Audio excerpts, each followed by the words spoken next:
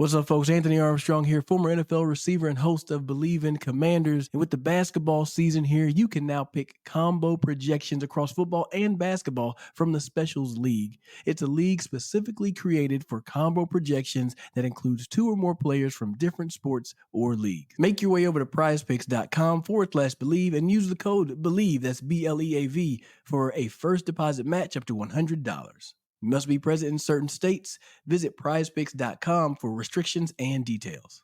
Pick more or pick less. It's that easy. Prize Picks. Every team, every topic, everywhere. This is Believe.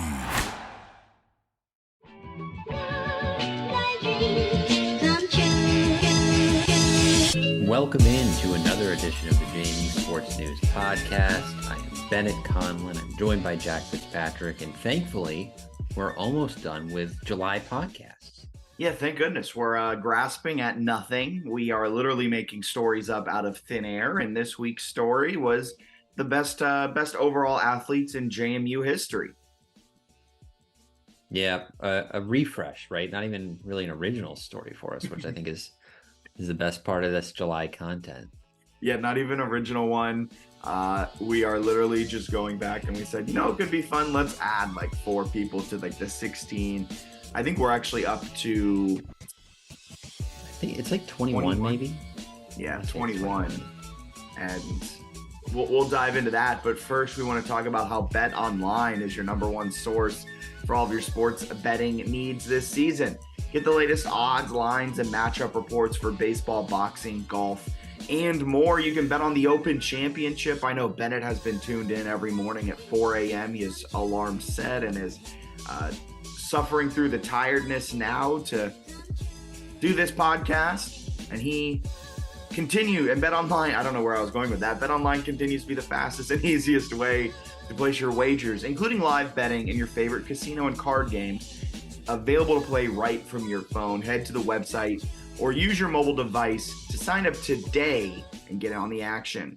Remember to use promo code BELIEVE for your 50% welcome bonus on your first deposit. That's promo code BLEAV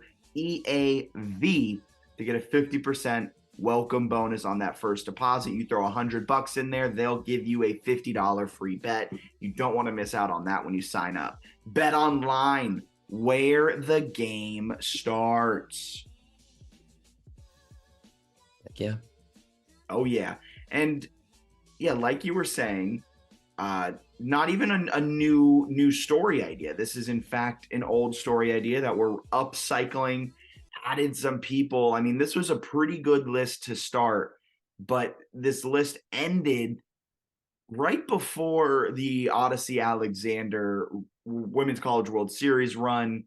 And then kind of looking at the comments from the last time we posted this, there were a few people that we did miss, genuinely missed. And so we thought it was about time, after about 3 years, to go back in and add some people in. The best JMU athletes of all time. We didn't kind of do it 1 through 16 in the first place. We did the original greats. So some of the people from, the 1970s into the 1980s. Then you had the legends of the 80s and the early 90s. That was like Charles Haley and other great JMU football players and a few others. The underappreciated legends of the 1990s and 2000s. And then last, but certainly not least, I think we have the recent stars. Yeah, it's a fun group of athletes. I think the tough part, it's not that hard to come up with like 20 JMU athletes who have had great college and professional careers. I wonder who people would pick like as the greatest JMU athlete of all time. I think that one is an interesting conversation and a hard one to rank. But they've had some good athletes, and I will say I think like pre-2000 they seem to send a lot more noticeable players like to the pros. They haven't really had a ton who've done like insane professional things the last decade or two. Which we should also mention that, like, for some of the athletes, we kind of had to talk about their pro kind of careers. They went on. Charles Haley, before there was Tom Brady, there was Charles Haley, the most Super Bowl rings by any one player in the history of the NFL. We added Scott Norwood this time around. not necessarily an amazing JMU career, but would go on to play in a Super Bowl. We won't talk about what happened in that Super Bowl, but was also an all-pro kicker at the NFL level, played in the USFL before the USFL folded. So some of the guys, you can't ignore their professional success, but a lot of these guys we were trying to do solely based on what you did at JMU. So Don Evans didn't necessarily go on and have a fantastic professional career, but Don Evans balled while she was at JMU and is arguably the best women's basketball player of all time, even though Tamara Young went on to the WNBA and had a lengthy WNBA career. Yeah, it's interesting to kind of factor in the two sides, where obviously the Charles Haley, part of what makes him great, right, is the many Super Bowls. But yeah, you have like, and then some sports it's sort of hard. Like Megan Good has played professional softball, but it's not the same level of notoriety, and kind of the same with Odyssey Alexander. It's not quite like some other sports where maybe they're more in your face. Like if somebody plays in the NBA or WNBA, a little easier to see what they're doing. Yeah, for sure. So let's kind of start with this list. We'll start with the original greats. We had Alan Mayer, who played men's soccer and tennis, Sherman Dillard, who I think is kind of known as the first great JMU men's basketball player, Billy Sample, Dee McDonough, Scott Norwood, Linton Towns, and that's it. I believe Scott Norwood and Linton Towns were new additions this time around. They were new additions in this group, and pretty solid group. A lot of really impressive athletes in that group for sure. Yeah, Dee McDonough played on the U.S. national team. We talked about Scott Norwood. He went on to play in the professional ranks. Billy Sample also went on to have a lengthy career in the MLB. Sherman Dillard, one of the greats. Alan Mayer, I think his name is still scattered across the men's soccer record book. And Linton Towns, I don't think we really knew much about Towns before someone mentioned him in the comments of the first go round of this article. He was pretty darn good. Yeah, I don't know a lot about like the great JMU basketball teams. So I think we sort of added a few that account for the men's basketball team being really good in like the early 80s and late 80s. Yeah. Moving from them, there's a legends of the 80s and the early 90s. You got Charles Haley, of course. He played with the Dukes from 1982 to 85. But it's more so his place on this list is more so what he did in the professional ranks. But he did have 506 tackles over 4 years, which is a program record. Was the team's defensive MVP 3 times, was an All-American. He's in the College Football Hall of Fame, and he's the only player in JMU history to be inducted in the NFL Hall of Fame. I mean, guy was a dog. And pretty good player. Like really, really good. And then to pair that, Gary Clark was also with JMU during the time of Haley. Clark would go on to ball out in the USFL, and then he found his way to play with the Washington. I don't know how we refer to them now in the past. Washington. He played football in Washington. In Washington, D.C., but I don't know what we're supposed to call him now. And was fire. Floretta Jackson played some women's basketball and kind of was the first great women's basketball player. And now we've had this string of amazing players dating back to, I think Tamara Young started it. And from there, they've kind of taken over. But Floretta Jackson was really good from 84 to 87. Yeah. They have, I mean, this is a good region, I think. An impressive group here, the legends of the 80s and early 90s. That sort of seems like, I don't know if it's quite like the golden age, but it's certainly a time when there's a lot of really good stuff going on at JMU. And I think it's gonna be interesting to look back in a few years at like this recent era, which has been a good one for JMU sports. But because of the portal, you have guys who I think or guys and girls who could be like elite, like that's the best JMU athlete ever, or deserve. Like a Wells could be on the list, but like Kiki Jefferson could maybe even still be on the list as a transfer.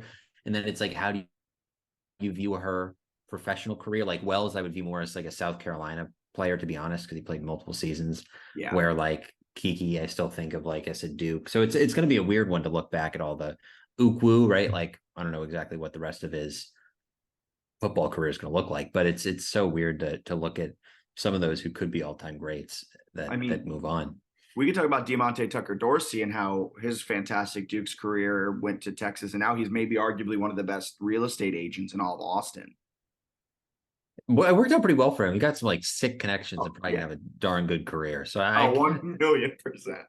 can't complain there. But yeah, it's one where like he would have gotten significantly more reps at JMU, but it worked out for him in terms of future career and stuff. It's Yeah. fascinating. The portal's wild. Yeah, Steve Hood and Julie Spites, I hope I'm pronouncing that right, Benson, round out that era. Julie Spites Benson, first JMU Olympian.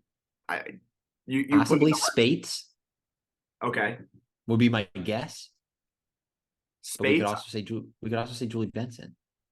but is Spates is her name Julie Spates Benson, or was she married at one point and then added it on? That's a good question, because most of these, the old ones, there's not like good to give everyone an insight into like coming up with the list. It's very hard when you're us and you're under 30. Tough life we live. But because we obviously didn't watch anyone from like the 80s. There aren't highlights really of a lot of them or any of it.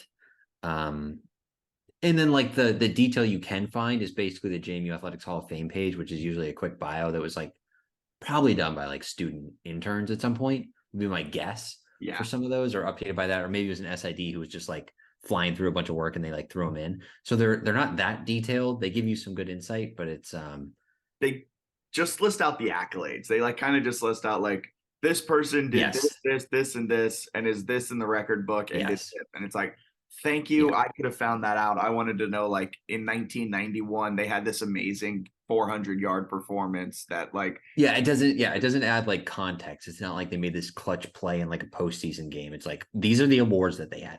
So it's kind of hard to come up with some of this or know exactly how to rank people or stick them in. So I think it's worth noting that it's quite the challenge to get the info on some of these other athletes. So to answer your question about her name, I have no idea because I So the legends of the 80s and 90s I don't think had any new additions this go round.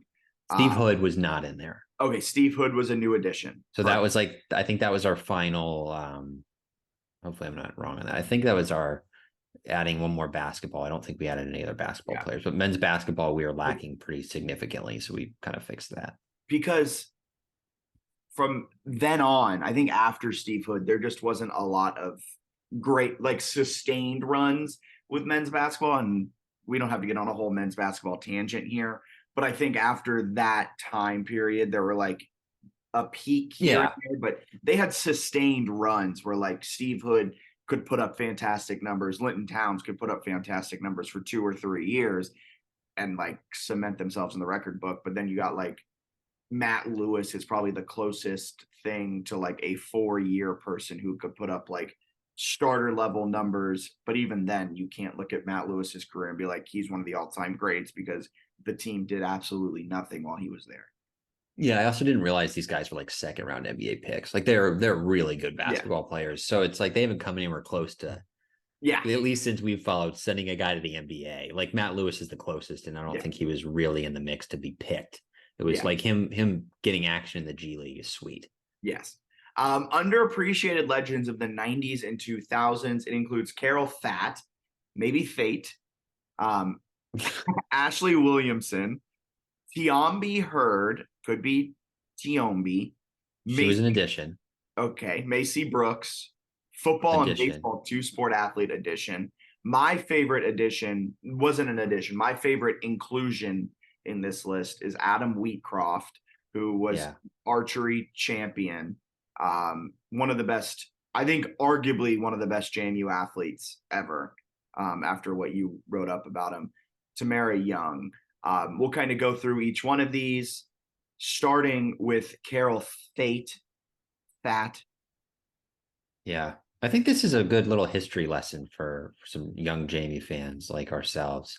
Ryan Rutherford, friend of the program, responded and was saying that the graphic in her section was jarring and like eye-opening. And it is like the JMU field hockey career goal leaders, you've got Carroll up there with 116 goals in second place. And I didn't check this to see if anyone got closer, but I don't think anyone has the last few years. No. 64. She's essentially like doubled up the person in second place. Like she's an absolute monster and won a national title with the Dukes. So I mean, is it like I think I wrote in the section previously, it's like comparing her to Megan Good, except she has like a national title and 2 Olympic medals. Like it's just insane. She leads the statistical categories and was like the best in the nation and got the team results with it. Yeah, it's funny because then like if you want to conceptualize or contextualize it and put it to like modern day, like Miranda Rigg, who when we wrote this Really was good, still yeah. playing, really great player, and like when she was playing, she jumped off the field. You knew she was good. She went on. She's I believe the head coach now of Longwood. 38 career goals at the time of writing this a few years ago, and I imagine she probably finished like with around 48 maybe in her career. Taylor, I think she might have, I can't remember if she was done or if she had one season left, but yeah, she was like, didn't have that. And Taylor West was a great player who finished her career like right as we were getting into college, 56 career goals. Yeah. Compared to 116. I mean, that's just crazy. She also is tied for the program lead for what it's worth with 36 assists. Right. It's not like a ball hog. Like she's just better than everyone. She has, well, the other thing, she had 31 game winning goals, so 31 that ended up like being the goal that won it or whatever, which puts her like in the top 20 basically in like career. Like if that was her career, like a top 20 career, which is pretty impressive. And then I also think it speaks to how good she is that she was scoring so much that there's so many goals that like just aren't game winning. Cause I imagine she's like adding to JMU leads just with goal after goal after goal. It's pretty wild. Yeah. Ashley Williamson, women's soccer, probably one of the best JMU women's soccer players to ever play. 55 career goals, still leads the program. Yeah. And she's the only person to ever eclipse 50 career goals. And 95, they won the conference title and made the Sweet 16. So pretty impressive there. I will say if there are any sports where you could see someone like breaking through, I think women's soccer is one that's sort of like ripe for the picking. Yeah. If someone comes in as a freshman and is really good and scores a bunch of goals and makes the NCAA tournament a few times, I think there's opportunity there for a new player to make the list. I think the same is true for lacrosse, where I think next year we're probably going to have to add in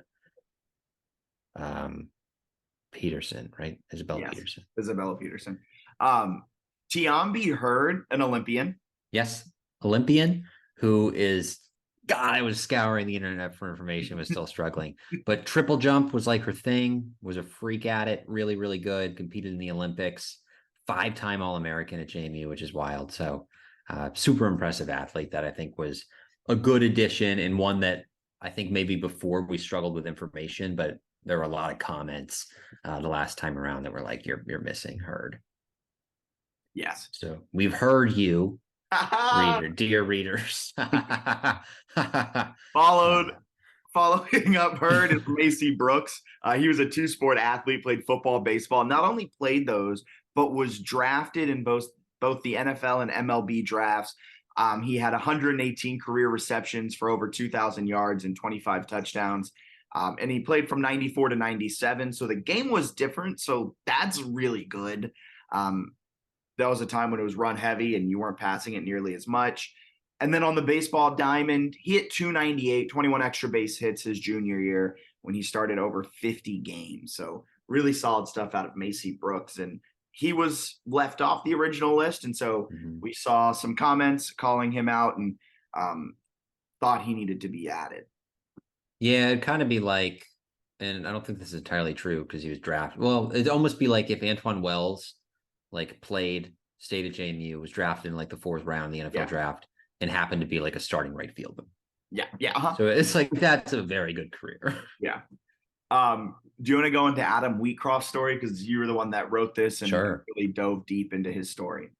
Yes, an archer, which I can't remember exactly how it all worked with like what was sponsored and what was not sponsored with archery in the early 2000s.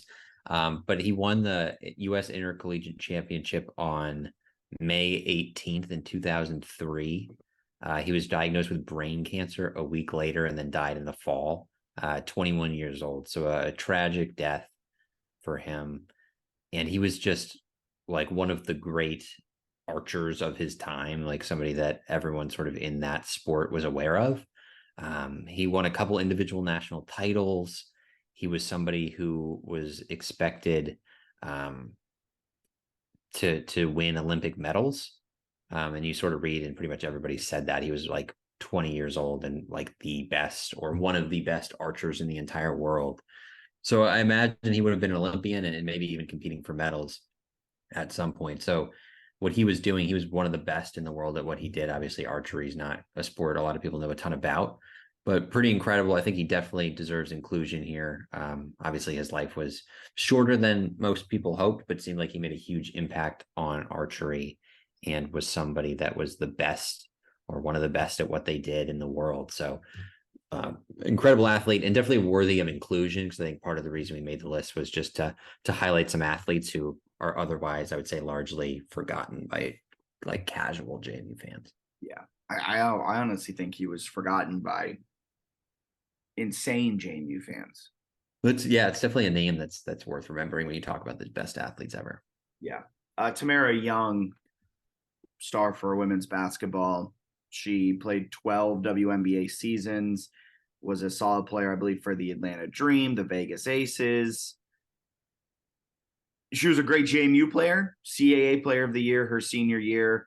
Only lost 34 career games, was a baller, and then went on to play a lengthy WNBA career, which is very hard to do. Yeah, she's a bucket. I got to go back through and update the her WNBA stats at some point, but big time, really good in college, long pro career, as you mentioned. So kind of a smart inclusion, I think, in the list. Yeah, then moving into the recent stars. So these are, I think the oldest player here was CJ Sapong from 2007. But most JMU fans have heard of these names. Dawn Evans, arguably the most prolific scorer in JMU history. She holds every points related record for JMU. She broke Tamara Young's career point record and finished her JMU career with 2,667 points. That's also the most for any formerly known as Colonial Athletic Association player. Isn't that something? And then we got Sapong, obviously, and then we have the two softball players round out our list. Megan Good and Odyssey Alexander, two recent greats. Good still kind of has the edge in like almost every statistical category. I think Megan Good is the better player. And we've talked about this. I don't know if we've ever talked about it necessarily on the podcast, but I know we've talked about it one-on-one. Megan Good's the better player. Like if you were drafting a team tomorrow, you're drafting Megan Good. But Odyssey's otherworldly performance in the postseason in 2021, her otherworldly dominance that year like catapulted her up and like made her numbers that much more impressive. And now for the last 2 years, we've experienced Odyssey Alexander's amazing highlights every Women's College World Series. Yeah, she's certainly behind on some of the stats, but the way she carried a team to that level of success, she has to be in. And then I think honestly, like the play she made against Oklahoma State, the diving out to sort of help clinch that win in the bottom of the seventh, I think it was. In the seventh at the very least, but like one of the best plays in recent memory, maybe ever in JMU sports history, kind of gets you on when you've had like when you're like one of the three best softball players probably in program history. You have that legacy of taking a team to Oklahoma City for the first time, and you have a play that's like, oh, that might be the best play like I've ever seen. It's kind of hard to leave her off the list, but agreed that I think Megan Good is probably the better player. And her freshman year was a freshman, like All-American, this elite level player. And they came really close to making the Women's College World Series. I think maybe we view it differently if they get there once. If they get there that year, they've got Jalen Ford and Megan Good. They honestly have a team that's probably more well-equipped to advance within that bracket than the Odyssey Alexander team. So it's fascinating to think about. But yeah, I still think Good's the best softball player in program history. And it's not all that close. Her level of dominance every single season is impressive, and Odyssey just had one of the best individual seasons ever. But I think maybe career wise, Megan clips her. But gosh, they're both, seem like pretty easy inclusions on the list. Yeah, Megan Good was was named the CAA Pitcher of the Year 4 times. She was the National Player of the Year in 2017. A 1.03 career ERA, 37 career shutouts, which is an insane number. She not only did that, but she batted 351 and like had multiple big time home runs, struck out 900 batters, and had a 120 and 17 career record. Yeah, she won 120 games and Odyssey won 81. That's the starting, or that's the pitcher. Yeah. I mean, like, it's record. Yeah, that's what is that? 39 more? Sure. Which would be like a incredible season. Like if you won like 39 games as a pitcher, like, wow, what an unreal season. She has an entire season's worth of like a head start basically on her. So it's, yeah, incredible what Megan accomplished, and Odyssey is pretty darn impressive too. But yeah, just a couple of great ones. Yeah. Speaking of great ones, there's a potential great JMU quarterback coming down the pipeline. And Bennett, I want to talk to you about Alonza Barnett and Jordan McLeod. Okay, so let me quick set the table. We've got fall camp in like 10 days. Yes, we're getting ready. It's football time, baby. Number one story going into fall camp, I think fairly, or at least unknown, is really the quarterback position. Like, what? Can I say something while you're setting the table? I do want to say I've been really, really aggressive towards the local media, Noah and Shane. You have. Because when Jordan came in, he has 2 years of eligibility left. And my whole thinking is, this is a guy with Pac-12 starting experience, American Athletic Conference starting experience. He put up really good numbers at USF. He had a weird time in Arizona. But like, this guy is the starter. Cignetti wouldn't bring this transfer in if he wasn't essentially promised the starting role. And it just felt like none of that was acknowledged by the local media. And they all were like, this is a 4-man quarterback battle. Now it's a 2-man. And the whole time I've been like, this is Jordan McLeod's job to lose. And while I still think it is Jordan McLeod's job to lose, I'm now understanding that this is a 2-man battle. So I'll let you continue to set the table. So I'll say, like, the local media, they're saying it's a 2-man battle right now, and I do think it is truly a 2-man battle. But we're not getting the full. Will you apologize? And this is a really terrible apology. They're right. It is a battle. But I want to know more. Why is it a battle? How is Alonza Barnett doing this? I think it's an interesting one too. Because he won't go on record and say anything like any of relevance. So, well, some about media days next week, so maybe he will. But he hasn't said anything of relevance about the battle, other than that, like, everyone who's thrown a football in their lives is being considered.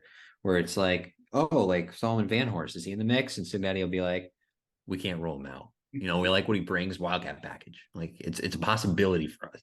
Like, he just won't say anything. So then when you're only getting fed Cignetti sound bites, it's like, that doesn't mean anything. Right. So we ended the spring, we were talking 4-man battle, the media, just straight up wrong. And I like that we can just say the media in quotes, but it was actually like every local news source said it was a 4-man battle, because that's what Cignetti said. Billy Atkins will not start against Bucknell. Right. Griffiths will not start against Bucknell. Right. Like, Solomon Van Horst, he could Wildcat package, but it's like, it's a 2-man race. And I think it's the biggest storyline coming up for a few reasons that I think we'll dive into here, right? In terms of like why it's so fascinating that if it is a real 2-man race, like, what does that mean for JMU football? I think, like I said earlier, like, it's Jordan McLeod's job to lose. So like, it is a 2-man race, but McLeod has to do something to lose it. But that is a possibility. But why what's your first, why do you think this is such a big deal? Because I think we might be very wrong. That's what makes me so interested, is like, I agree that McLeod, by like every reasonable thought, every logical thought, should be the favorite. Yeah. But I heard there was a Dave Riggert interview at some point where he had mentioned that Cignetti said pre-spring game on his show, which did not have a recording, that Barnett had the edge, but he floated it like it was nothing. Like in just passing in a conversation with somebody, even though it's like the biggest news I'd heard all spring. Nobody followed up with any of that. And then Phil Steele, college football legend Phil Steele, tweets out that he has an hour-long conversation with Curt Cignetti before his preview comes out, and he's got Barnett as the starter in his preview. So, like, if I don't know, maybe Barnett is actually the front runner, which would be just insanity. But maybe he's the front runner for the job. It's Would also that be like insane? if Barnett gets this starting job, let's go down this rabbit hole real quick. Yeah. He could go down as one of the best quarterbacks in JMU history. Like, this guy has 4 years. If he wins the starting job, he can be the starter for the next 4 years. That's right. Well, also, we have tickets to the UVA game. That's a big game. You're telling me you trust like a 19-year-old to beat UVA? Like, this guy must be the best quarterback we've ever seen. This guy played in just 2 games last season, so he could retain the red shirt. Yeah, did he throw a pass? Would he throw? I don't think so. But that doesn't matter. Like, he has no college experience. He's 1 for 1, 14-yard completion. So he keeps that up his whole career. You're going to be a little frustrated because he has no touchdowns or interceptions, but his yardage will be good. They just got to find a way to run the ball to the goal line. No, but it's crazy. And we don't. We're so in the dark. We're so in the dark. That's what drives me crazy. On July 21st, as we record this, we know nothing about the quarterback battle. Yes, other than it's a battle. And, like, I need to know more. And I know Cignetti plays things close to his chest, but I need to know more. And so I dove a little bit into this, and I tried to figure some things out. So let's start with Curt Cignetti quarterbacks in the past. He has been a head coach of a college football program since 2011. He coached at IUP from 2011 to 2016. From there, he went to Elon in 17 and 18. And then he came to JMU 19, 20, 21, and 22 going into 2023. So let me just give you the name and the year of his starting quarterback every year he has been the head coach. Okay.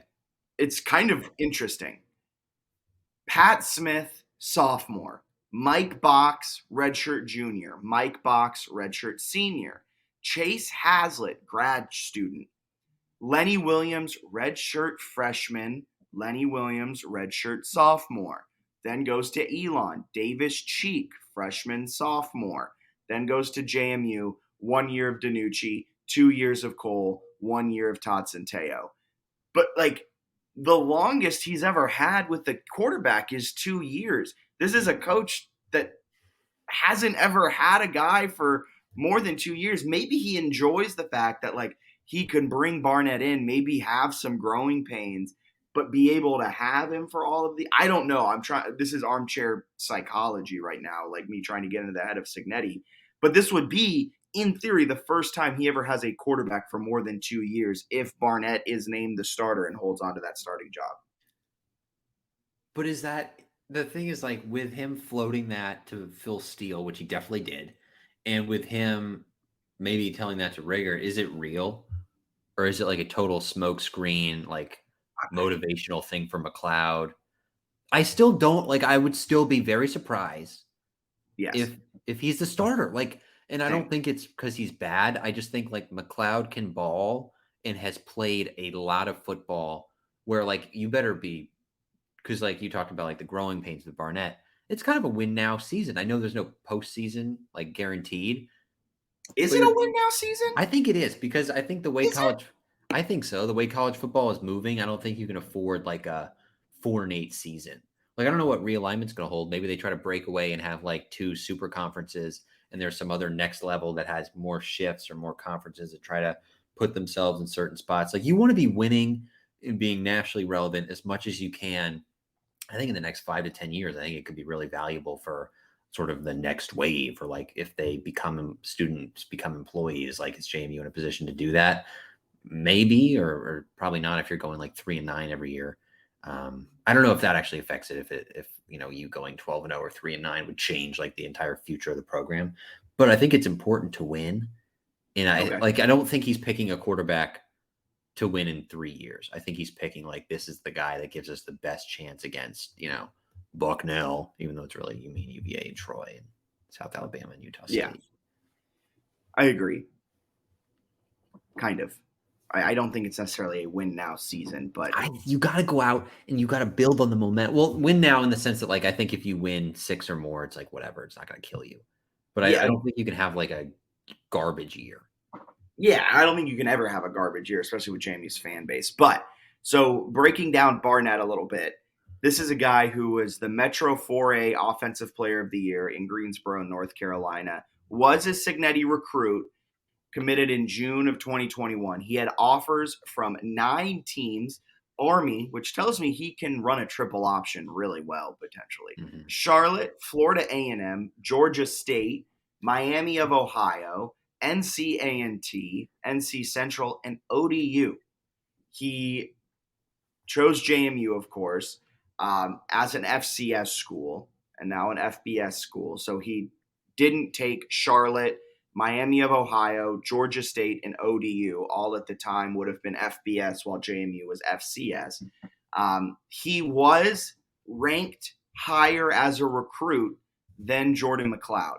Very narrowly, both 3-star recruits, but Alonzo Barnett's rating was like an 81 and McLeod's was like an 80. So not really anything too drastically different, but Barnett was the higher ranked player coming out of high school. Looking at his tape, great throw on the run accuracy, some really solid pocket presence. He can make tacklers miss in really close areas. You talk about the phone booth. He can shake you out of the phone booth. Kind of what I saw as negatives, though, not extreme zip on the ball. He lacks that velocity on his deep. Isn't he? What? He's right-handed, right? Yeah, did I say he's left-handed? No, sorry. I was reading some tweet that was like, like the early practices in the fall are going to tell a huge story, because if Barnett's the starter, they're going to have to start getting ready to run left-handed. And I was like, he's not left-handed. Sorry, some fan just thought he was left-handed. Go ahead. I'm pretty sure he's right-handed. I think so. I got so confused. But so he's really good in mobility in pockets, and he has really good throw on the run accuracy. He doesn't have velocity, and he kind of lofts every single one of his deep balls. So they almost all kind of like rainbow-esque almost. I assume that's something you can coach out of a kid. I assume that's kind of just like working on velocity and proper throwing mechanics. But that is a downside of his game from high school. And we don't know what his game looks like in the college ranks. Yeah. Then, before we break it down, then going to McLeod. Remember, Barnett, no starts. 1 pass attempt in his entire college career. Jordan McLeod has played in 23 college games. He has started 2 Pac-12 games. He has started nearly an entire season worth of American Athletic Conference action. He has a 59.6 career completion percentage, a 23-15 career touchdown to interception ratio. He has a 124.7 passer rating. Now, here's the weird part about him. He was essentially the full-time starter in 2020 under Jeff Scott, I believe his name is the USF head coach. He finished 2020 against UCF with his best career game. He set career record marks in almost every single statistical category. And then he transferred to Arizona, and reading some of the local media coverage was that Jeff Scott wasn't fully sold on him and is actually kind of annoyed with McLeod because he lacked the week-to-week consistency of being great. And so he didn't let McLeod go into the 2021 offseason as the starter. He said, there are no starters. You're going to have to recompete for your job after McLeod was essentially the full-time starter in 2020. And it seems almost as if, maybe I'm reading too much in between the lines, but it was kind of decided in, that end of season meeting that McLeod might be better off going somewhere else, because then he transfers to Arizona where he's not the starter at all, does work his way into the starting rotation. In 2021, he starts against Oregon, the Pac-12 opener for Arizona. And then on October 9th, he has a season-ending knee and ankle injury that keeps him out for the remainder of the year. And then about 364 days later, it's reported that he is no longer with the team. So very interesting ways to end both his USF stint and his Arizona stint. He is a graduate student with 2 years of eligibility. He's been in college since 2018. Yeah. He's got the experience, which makes me think he has an edge, but I guess it's a battle. Who do you prefer? I don't know, because I've never seen Barnett. Like, I don't know what Barnett actually looks like. My guess is that McLeod has more top end speed based on watching like his tape, and might have more of that like big play ability, where I think they probably like Barnett because I bet he just makes the right read every time. Like I bet he's like mature beyond, which is kind of surprising with the experience thing, but I bet Barnett makes like the smart play over and over and over. And I bet McLeod has like the flashes, but I'm sure he's made some plays in practice where they're like, what are you like DiNucci-esque? Yeah. He reminds me a lot of DiNucci. What if I told you McLeod's career high in rushing yards in a game was 64? I think that's fine because it takes into account sacks a lot. Like when he gets in space, he can move. So I wouldn't be surprised. Like, I don't know what Todd Centeio's rushing stats were at Temple and Colorado State. They probably sucked. But like he could move when you give him space, you give him the right thing, you can limit sacks a little bit. So I like McLeod. I think he's got game. I'm interested to see how the quarterback competition develops. I think the parts that's frustrating for me is I don't think we're actually gonna know until Bucknell. Which is frustrating. So I wouldn't even be surprised against Bucknell. Signetti runs a 2 quarterback package. I think he'll have somebody by Bucknell. I think if he doesn't, I think that would be a bad play. Do you want to know Barnett high school stats? Yeah, sure. He played 3 years varsity at Page High School, I believe, in Greensboro, North Carolina. He finished his high school career with 5,761 passing yards, 71 touchdown passes, 391 completions to 645 attempts, had 175 yards per game. And then on top of that, he rushed for 1,183 yards in 33 games played, averaged 54 rush yards a game as a senior. He's a good player. Yeah. He 21 rushing touchdowns. Put on like 8 pounds during the offseason weight thing based on the roster. He went from 195 to 203. McLeod went from 193 to 199. So they both added a little bit of like 5 to 10 pounds of muscle, which is probably good because neither of those guys are huge and they're probably going to run a decent amount. We'll see what they do. I still think like on paper, McLeod's got to have the edge because he has played some really meaningful snaps, has some big time ability. And I don't know. It's like they've had guys in the past who have made some like dumb decisions and then they started working with Sunseri and the offensive coaches in Signetti and they start to make a lot better decisions. So I kind of feel like McLeod would still be my favorite until I like firmly hear otherwise and not like a note in Phil Steele's book or a quick little rate. Like I need somebody to come out audibly, credibly and be like, Kirk Signetti told me he is the favorite or he's getting more reps with the one. Like you need something, Yeah, I agree with you. I think McLeod on paper is the front runner. I also think McLeod with all of the tape we have, which isn't necessarily the fairest assessment to Barnett because his tape is high school shit. Yeah. High school stuff. Yeah. But on tape, McLeod has the edge too. McLeod has better velocity. McLeod has better touch. I do think McLeod is a better pure runner. He can evade tacklers. He also can pass on the run and hit in with accuracy. I think McLeod would let this team win more games in 2023, but I think Barnett sets this team up for more success down the road. That's my take on this quarterback battle. Right now, though, I need you to say who is starting against UVA. I'm going to say McLeod. Like, I just have a hard time saying they're going to start a redshirt freshman. So I'll stick with McLeod until we hear otherwise. I just think that seems healthy again, has a ton of ability, and he did make a lot of plays in the spring game. Like, I feel like the way and Yes, he did. He was the best quarterback in the spring game. You kind of we weren't there, but like you talked about it in depth, where like there was a lot of coverage. There was like he made a risky throw, but the risky throws were completed. Which, like, okay, man, like if you're slinging it in and Phoenix Pearls goes up and catches it, I don't care. Brian Shore made a lot of risky throws during his career, a lot of 50-50 balls that the receivers won. Like, if you think your receivers are good, then I'm okay with a guy taking risks. Like, it would be silly to only throw like wide open passes if you have like 7 receivers you really like. Yes. So I don't know. We'll see. I'm so excited for camp to start, man. I need some real info. Yeah. Well, that's it for the JMU Sports News Podcast. My name is Jack Fitzpatrick, joined by Bennett Conlon. We have some very exciting things coming down the pipeline. Oh, yes. In the next few weeks ahead of fall camp that starts in August. In the meantime, be sure to rate us on Apple Podcasts, Spotify Podcasts, wherever you listen to podcasts. We'd love to hear what you guys are thinking, what kind of ideas you have as we head into this football season. I believe around this time last year, we set up StreamYard and we started live streaming these a little bit more often. As football season comes, we'll have a more set schedule with that.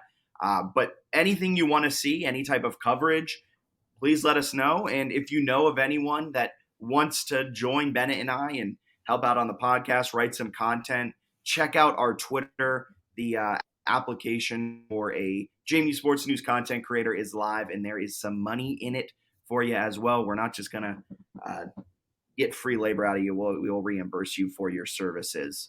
And I think it'd be a great time. Me and Bennett are fun sometimes. You can get our group chats and chat about JMU sports. And as Bennett spirals into negativity every basketball game he watches. Byington said, just a quick aside, he told... we'll know Jalen Carey's name soon. We'll know... biggest hands I've ever seen. WHSB, though, talked to Byington. He said they're practicing right now when usually they'd be working out, which is a distinction. I guess they're going through they're such a veteran group that they're going through like practice rather than summer workouts, essentially. So they still don't have a big, which is good because I want to bring that up when in like December Byington goes, look, we're still trying to find our identity. We don't know who we are. It's like, really? Because in July you told me you were so much farther ahead of schedule. He does that half the time until March. He's like, we don't know who we are. I'm like, conference tournaments next week, Mark. he knows what he's dealing with. All right, you'll have a wonderful rest of your day. See you.